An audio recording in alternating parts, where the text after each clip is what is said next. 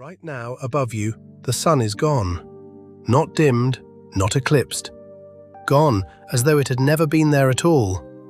And here is the strange part. You have no idea. You are still warm.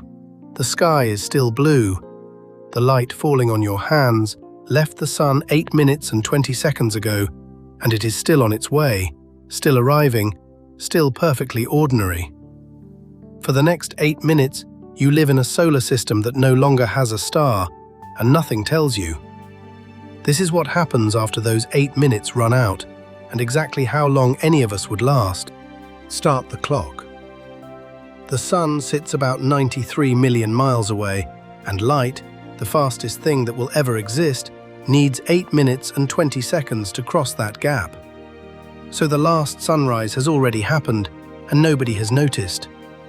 Somewhere out there is a wave front, a boundary in space, with normal daylight on one side and absolute nothing on the other, sweeping toward Earth at 186,000 miles per second. And it is not only the light that is late, gravity is late too. This is the part people get wrong. Gravity is not an instant, invisible string. Einstein showed that changes in gravity travel at exactly the same speed as light, no faster. So Earth does not lurch. It keeps curving around a sun that is no longer there, held in orbit by the memory of a mass that stopped existing 8 minutes ago. For 8 minutes and 20 seconds, everything is fine. Birds are singing. Somebody is on their commute. It is the last completely ordinary 8 minutes in the history of our planet. Then it lands. Not a flicker, not a fade. Between one heartbeat and the next, the sun goes out like a switch, and the sky turns black in the middle of the afternoon. The blue overhead does not slowly darken, because that blue was only sunlight scattering through the air, and the moment the sunlight stops, the blue has nothing left to be. And here is the detail that people find hardest to sit with. The stars come out. All of them, at 2 in the afternoon, in perfect clarity, because there is no longer any sunlight drowning them out. Every constellation, the band of the Milky Way, all of it, hanging over a world in the middle of its working day. The moon vanishes in the same instant, because the moon was never producing light of its own. It was only ever a mirror, and the thing it was reflecting is gone. It is the most beautiful sky any human being has ever seen, and everyone standing under it is already in serious trouble. In that same instant, something else happens that nobody feels. Earth stops turning. Not spinning, that continues. Turning in the sense of curving.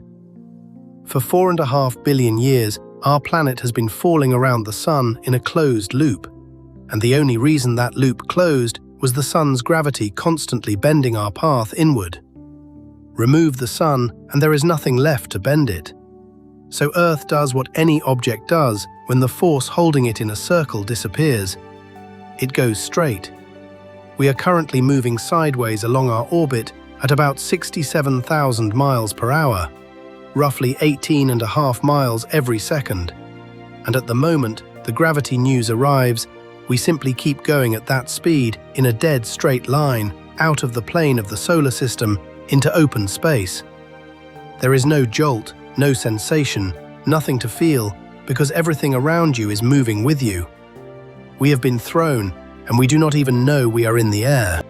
If a planet quietly slipping its orbit is the kind of thing you want to keep thinking about, please take 1 second to subscribe. It genuinely helps this channel reach more people who feel the same pull toward the strange and the true.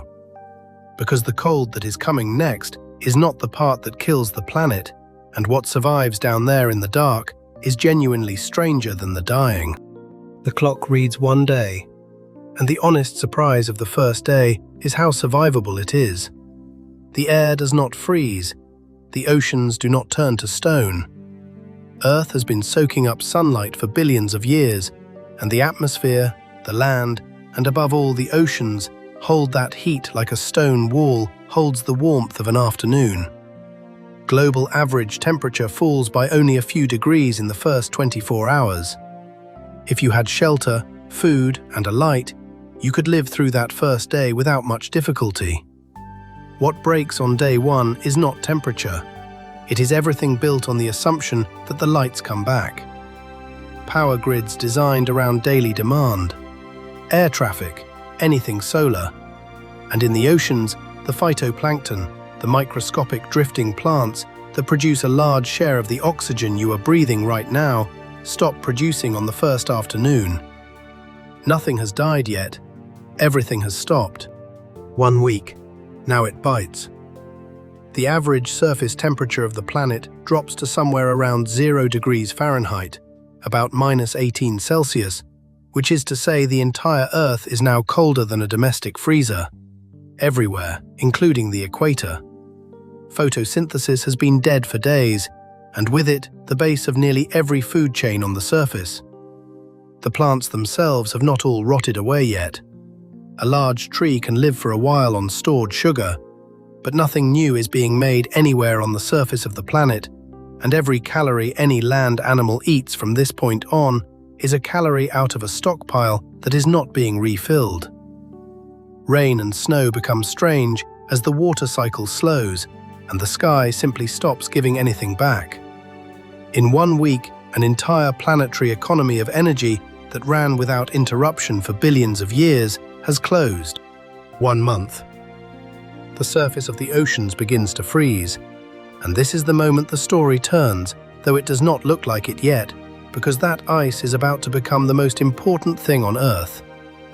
Air temperature is now deep into territory no unprotected human could survive for long. Most land plants are gone. The large land animals are going, not from cold alone, but from the simple arithmetic of a food chain with nothing at the bottom of it. Humanity is not extinct at 1 month. Humanity is in bunkers, in basements, in anywhere with a heat source that does not depend on the sky, burning through the last of the stored fuel of a civilization. And the sky above all of it is still that impossible, brilliant field of stars, wheeling slowly, getting no closer to morning. 1 year. The average surface temperature is now somewhere near -100 degrees Celsius. The oceans have frozen over completely at the top, and the ice is thickening downward. The atmosphere is still there, still mostly nitrogen and oxygen, still breathable if you could warm it, but it is now so cold that weather as we knew it has essentially stopped. Earth has become, by any definition an astronomer would use, a rogue planet, a world with no star, moving through interstellar space on its own. There are billions of these drifting between the stars of our galaxy right now, dark and unlit, and almost impossible to detect. And we have just joined them. 1 year in, the surface of this planet is as hostile as anywhere in the solar system, and life on Earth is doing fine. Here is the thing about ice. It floats and it insulates. When the surface of the ocean freezes, that layer of ice acts like a lid on a pot, trapping the heat of the water underneath instead of letting it radiate away into space. So the oceans do not freeze solid. They freeze at the top, and the enormous volume of liquid water below that lid stays liquid, kept warm from beneath by the heat leaking out of Earth's own interior. That interior heat has almost nothing to do with the sun.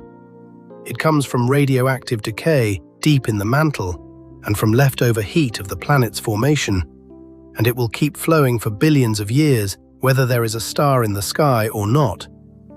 Estimates vary, but a fully frozen ocean, top to bottom, would take somewhere on the order of 1,000 years, and even then, the deepest water is the last to go. Under that ice, in the dark, the ocean is still an ocean, and it is not empty. At the bottom of the sea, along the volcanic ridges, there are ecosystems that have never once used sunlight. Around hydrothermal vents, superheated water loaded with chemicals pours out of the crust, and bacteria there make their food out of that chemistry instead of out of light. Whole communities live on those bacteria. Tube worms taller than a person, crabs, shrimp, clams, an entire food web whose energy source is the planet itself. If the sun went out tomorrow, those vent communities would not notice. Not metaphorically, they would genuinely carry on, because nothing in their world was ever powered by the sky. Add to that the deep biosphere, the microbial life living inside the rock of the crust itself, kilometers down, which by some estimates makes up a substantial fraction of all the living matter on this planet. The sun disappearing is, to all of them, a change in the weather somewhere far away. Meanwhile, the clock is still running, and we are still moving. At 18.5 miles per second, Earth covers about 1 light-year every 10,000 years. That is a real speed. It is also, against the distances of this galaxy, almost nothing. The nearest star to us sits a little over 4 light-years away, which at our new cruising speed is more than 40,000 years of travel, and we are not aimed at it anyway. We are aimed wherever our orbit happened to be pointing on the afternoon the sun went out. So Earth becomes a dark, ice-covered world with a living ocean sealed underneath it, falling through interstellar space on a path nobody chose for a very long time. Not a corpse, a sealed jar. So what about us? Honestly, the surface story for human beings is short. Days for civilization as a functioning system. Weeks to months for most people, depending entirely on stored fuel and stored food. The last humans would not be the strongest or the best prepared in any dramatic sense. They would be whoever happened to be sitting on top of a heat source that does not need the sky. Iceland on its geothermal fields.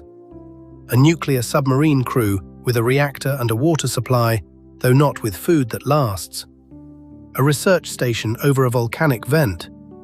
Places where the planet's own internal heat reaches the surface. Give it enough generations and even those fail, because they are not self-sufficient.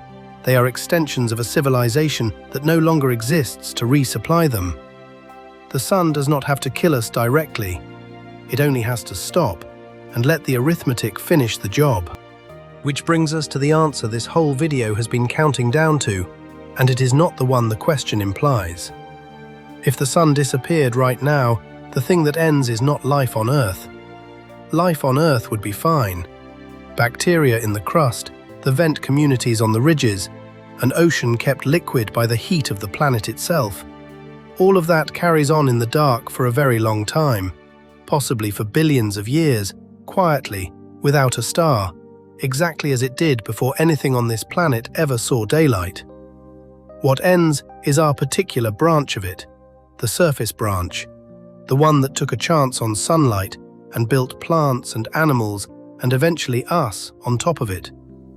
We are the part of Earth's biosphere that requires a star. Everything down there in the dark, older than us, more numerous than us, and far more patient, was never asking the sun for anything.